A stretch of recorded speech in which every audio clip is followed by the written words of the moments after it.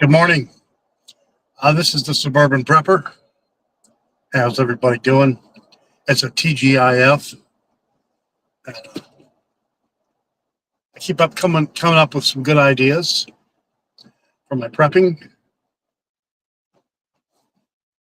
Let's do a little update on the garden.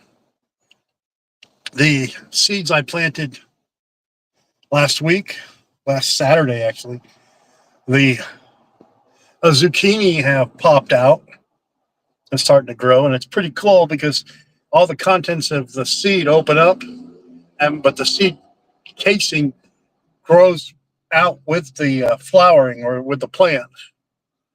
Notice, and it's great. The carrots that I planted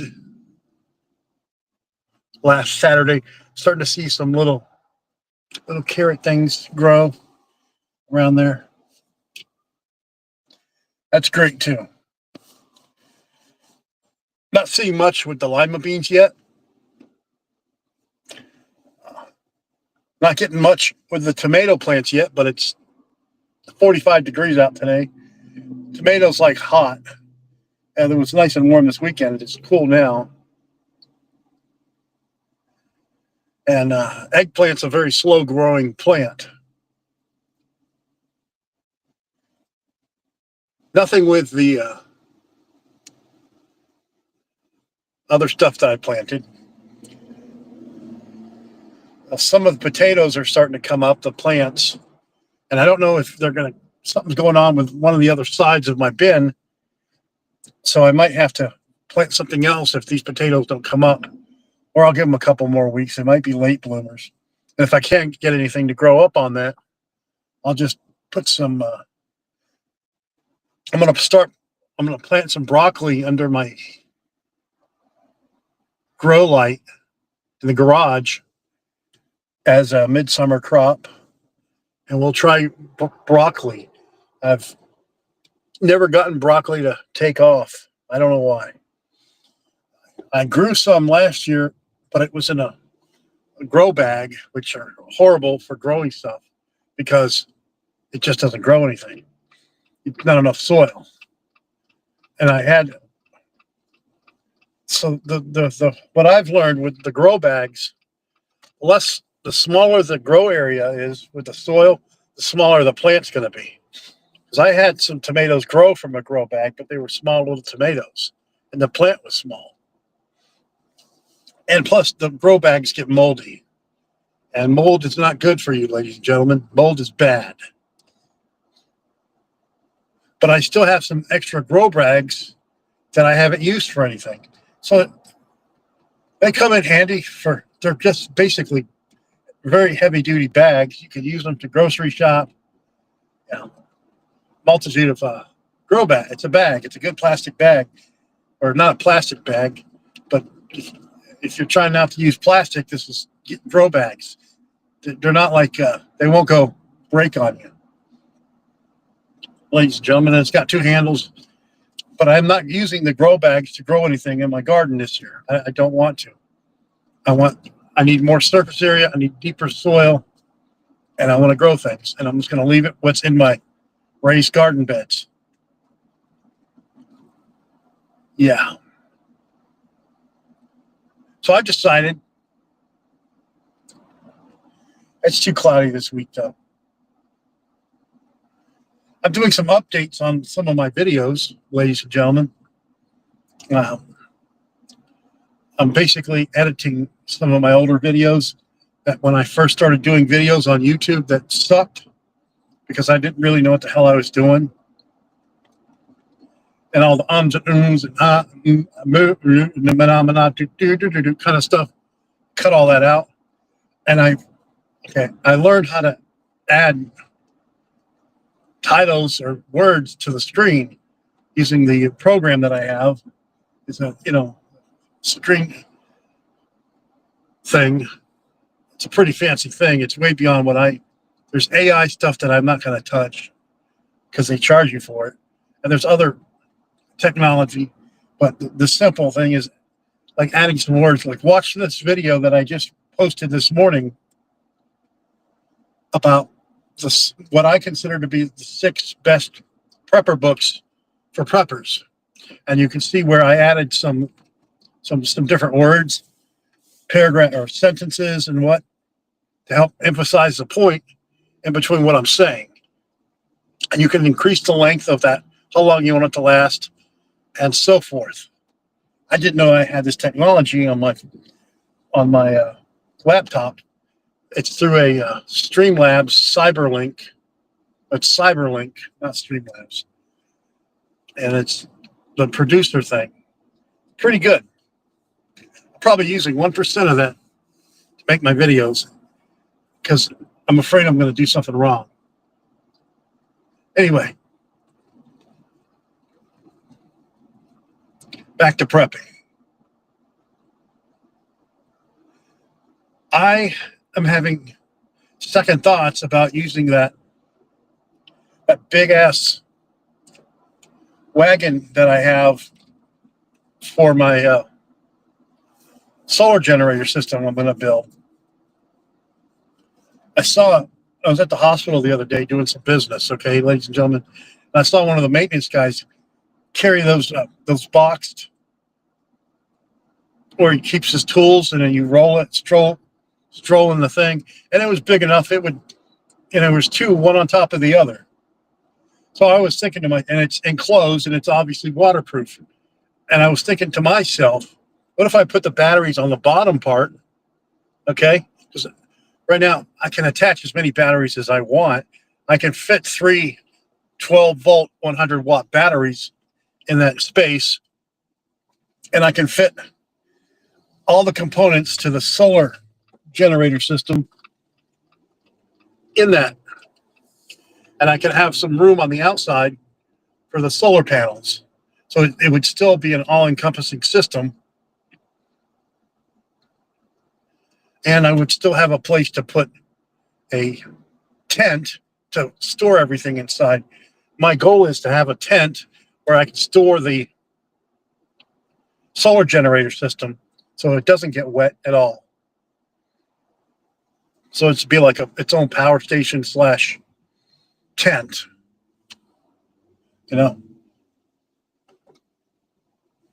which makes me think of Empire Strikes Back, when the goal was to destroy the power center for the rebels when the Empire attacked Hoth. So they went right for the power center. I don't know. I finished watching Andor last week, I guess, and it still touched with me. Damn, this is probably some of the best. And I'm not a Star Wars fan, ladies and gentlemen, but this is probably some of the best Star Wars I've ever seen in my life. And the thing is, it takes place right before Star Wars, A New Hope comes out, or what I just refer to as Star Wars. The ending takes place right before it. And then the Andor, the movie, takes place a couple days and then a couple hours and then just a couple minutes before the first Star Wars movie comes out.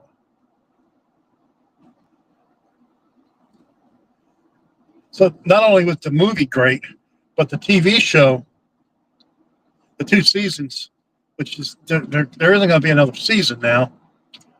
Just it totally, it went back a little bit in time, but it totally explained everything and why Martha, the lady from the rebellion, was so upset that a couple of rebel spies died, because she knew Andor saved her once from Coruscant. Okay.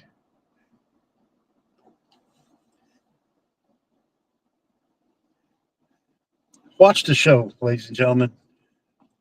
One thing I never really got into, though, is the cartoons, the Star Trek or Star Wars cartoons. I just never got into it. I just don't care about cartoons anymore.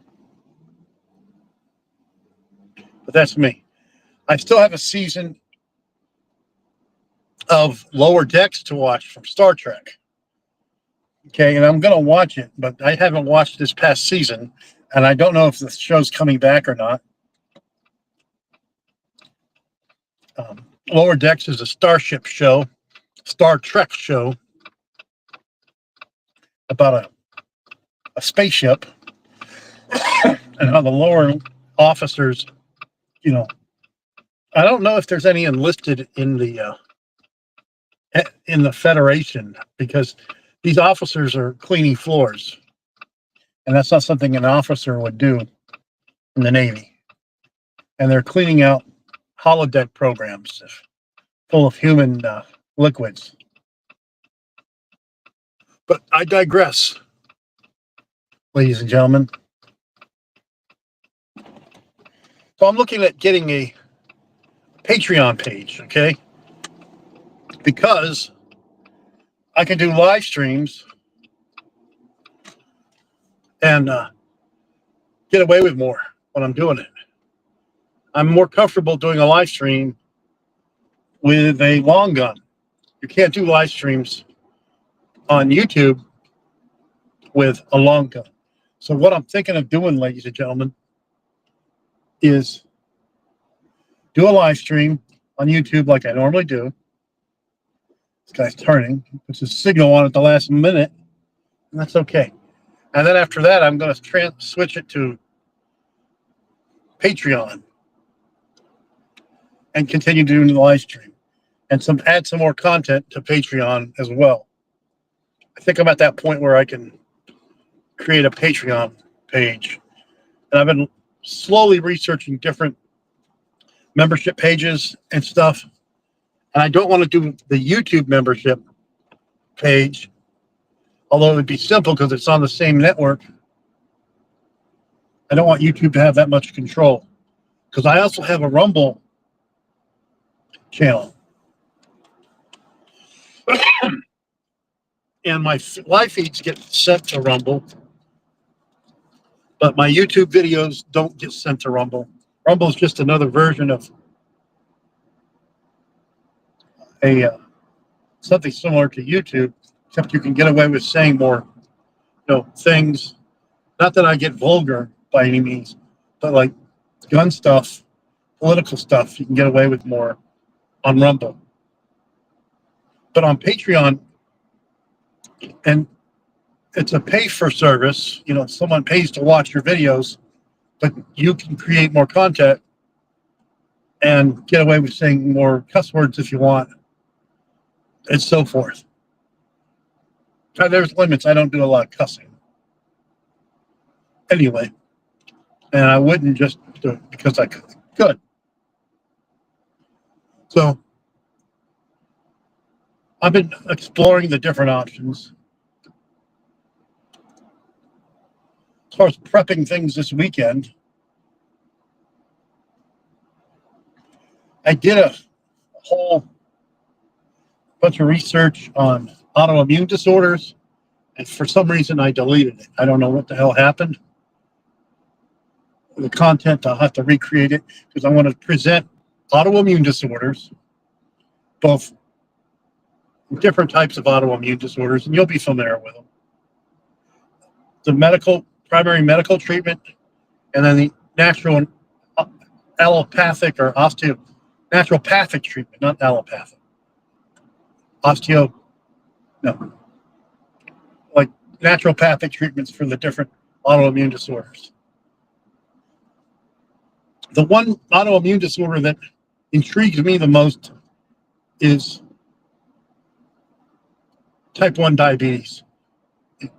When the pancreas attacks itself and your body no longer makes insulin. And if there's any natural adaptogen that could help combat that. And I don't know the answer to that.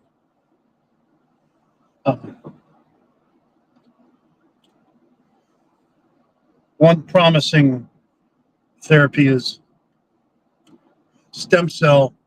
injecting stem cells into the pancreas to stimulate more pancreatic tissue growth.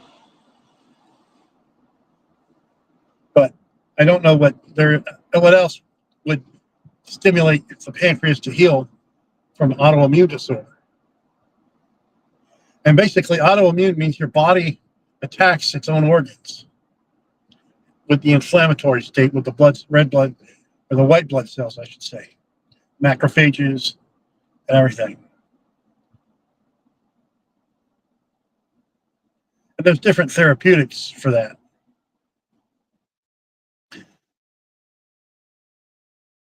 I send someone to a rheumatologist usually, or diabetic specialists for type 1 diabetes. Although I have several patients that are type 1 diabetics, majority of my patients, when I say several, under 3, majority of my patients are type 2 diabetes, meaning the pancreas just does not secrete enough insulin because there's increased resistance. And the body can't meet the demands of all the sugar. I had another sleepless. I slept 6 hours, went to bed at 9 o'clock, and I woke up at 3, and there wasn't me going back to bed. Once I'm up, I can't go back to bed.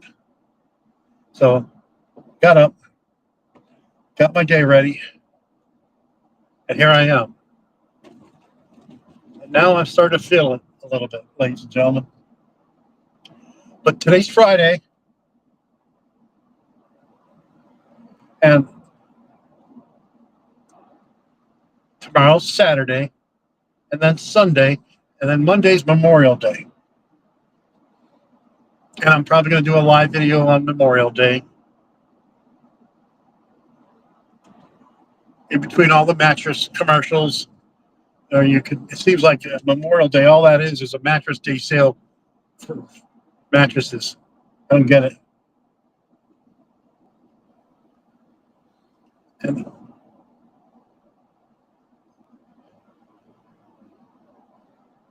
it's the day that the American Legion goes out and sells poppy, little things to raise money. And I'm not too involved with the local American Legion where I'm at for reasons of my own. To be honest, not too involved with the VFW where I'm at for reasons. One, I'm a loner, ladies and gentlemen. Two, my local American Legion, I joined it for a couple of years, and when they don't know who the hell you are, so I sort of get that. And I said, I want to join the Legion. And they said, what, are you as an auxiliary? Which means auxiliary means your family member was eligible to be in the Legion, but you weren't. I'm like, no, I retired from the Army. I showed them my military ID. Well, we can't accept this. We need a DD-214. I said, okay. So I showed them my DD-214s and joined but the problem with my local American Legion is that it's a drink and a smoke fest. I don't really care for alcohol, and I don't really care for cigarettes. And that's what it smokes like, smells like. And like they seem to have their own rank structure of who is who at the Legion. And some of these auxiliary members tend to think that they have some pull over veterans that join, or influence that over veterans that join the Legion. I don't know. Maybe it's changed. I'm just not too involved with my local Legion. And the problem with my local VFW, ladies and gentlemen, is because I run into patients I'm their nurse practitioner, doctor, okay? And I run into patients that go to my same VFW, and they still see me as someone that as their medical provider. So when I'm at the Legion or the VFW, I don't want to talk shop. Okay, I'm not there to listen to their medical problems or, oh, hey, when you get home, can you do this or that? I don't want to even take a message. So it behooves me to not even, I just isolate myself. Probably not the coolest thing to do, but that's what I do, ladies and gentlemen. They have some other veterans organizations around here where I live at, but I don't know what they do. Like, what's AmVets? I don't know. I got to tighten that down a little bit. So last year, about this time, I was at 310 pounds, down to 273 today. 310 to 273 a year ago. And I'm taking half the dose of my blood pressure medicines. And my blood pressure was 122 over 80. Of course, back in June, September 18th, 2023, I wanted the congestive heart failure. It was a Monday because I was working from home. I went out in my backyard just to check on some stuff. And I felt like I was drowning in my own fluid in my lungs.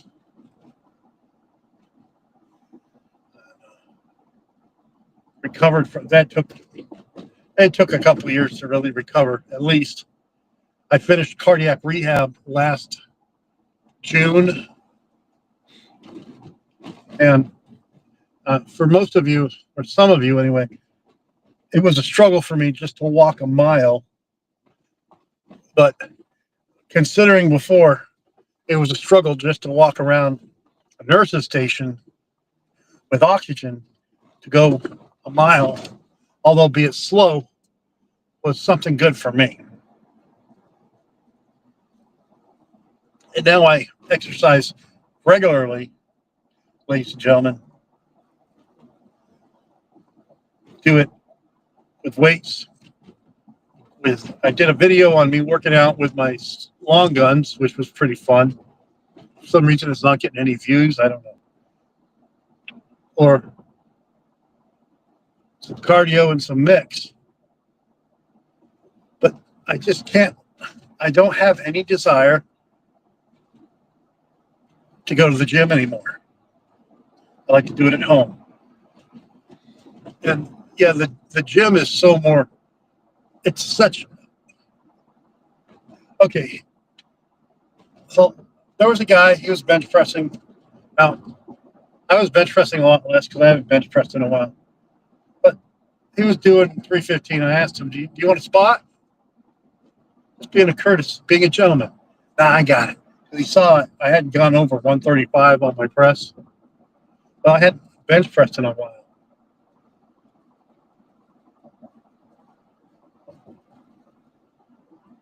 There's more to life and health than how much you can bench press. In fact, bench pressing too much is detrimental to your health. If you can't do 50 push-ups in a setting, don't start bench pressing. Which brings me to my next challenge. And I'm going to do a video about this, ladies and gentlemen. Let's start doing 5 push-ups a day on day 1. I thought about starting with just 1 push-up and going up. But, you know, if you have to start on your hands and knees and then build up to just doing a full-fledged push-up, do it, ladies and gentlemen. But let's start out with 5 push-ups. Okay. And then the next day, on day 2, you would do 6 push-ups, ladies and gentlemen. Do you get where you see where I'm getting at? So on day 20, 5 push-ups, 26, whatever the math is. On day 365, you'd be doing 300 and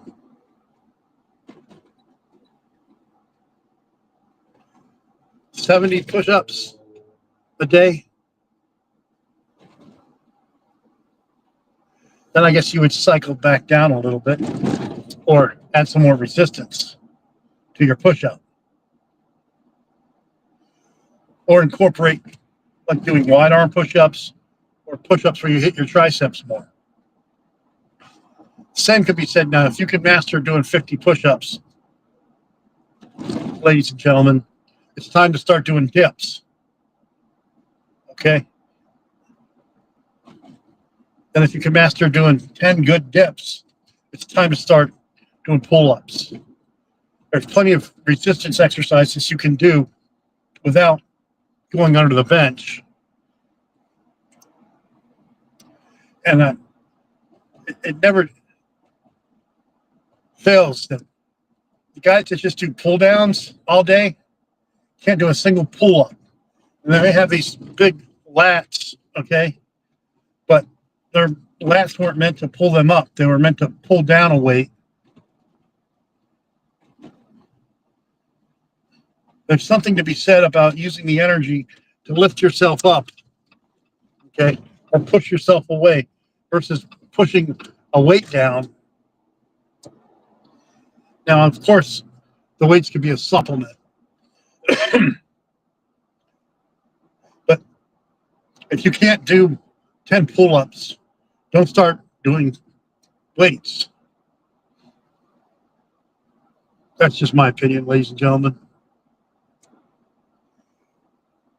One thing I never understood with the military, and the Army in particular, is they don't have a... Pull-ups are so important to general health, okay? I think more important than doing push-ups, if you ask me. But the Army, they make you do push-ups. Now, I think they should incorporate both exercises, ladies and gentlemen, as far as the PT test. And then you would really get soldiers that would be challenged by being able to do pull-ups. And it would really weed out the ones that have a weight problem, because you could still push your body weight. But if you're a lard, you can't do a pull-up.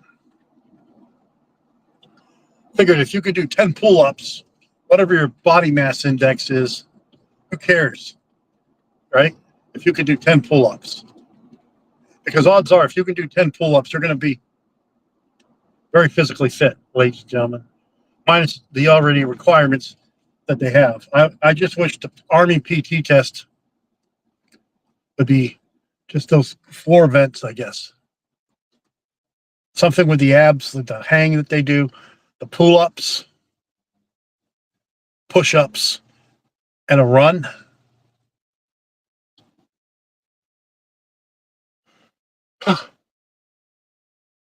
So what I want to get to do now, too, ladies and gentlemen, is I want to work on my ebook about prepping.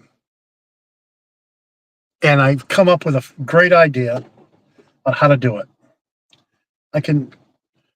I've been writing this stuff for a long time. I can convert it into a PDF, and then, which is an electric file with words and pictures, and I can sell it through YouTube. I can sell it through my website, suburbanprepper.com.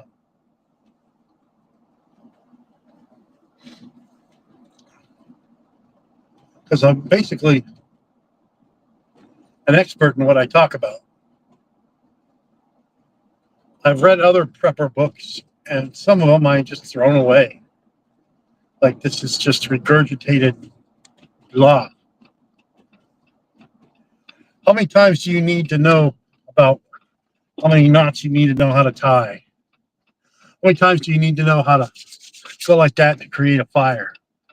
Ladies and gentlemen, you don't. How many times do you need to know how to put a piece of wood, a fallen piece of wood, against another piece of wood to create a makeshift shelter? Anyway, I'm going to sign out. This is Suburban Prepper.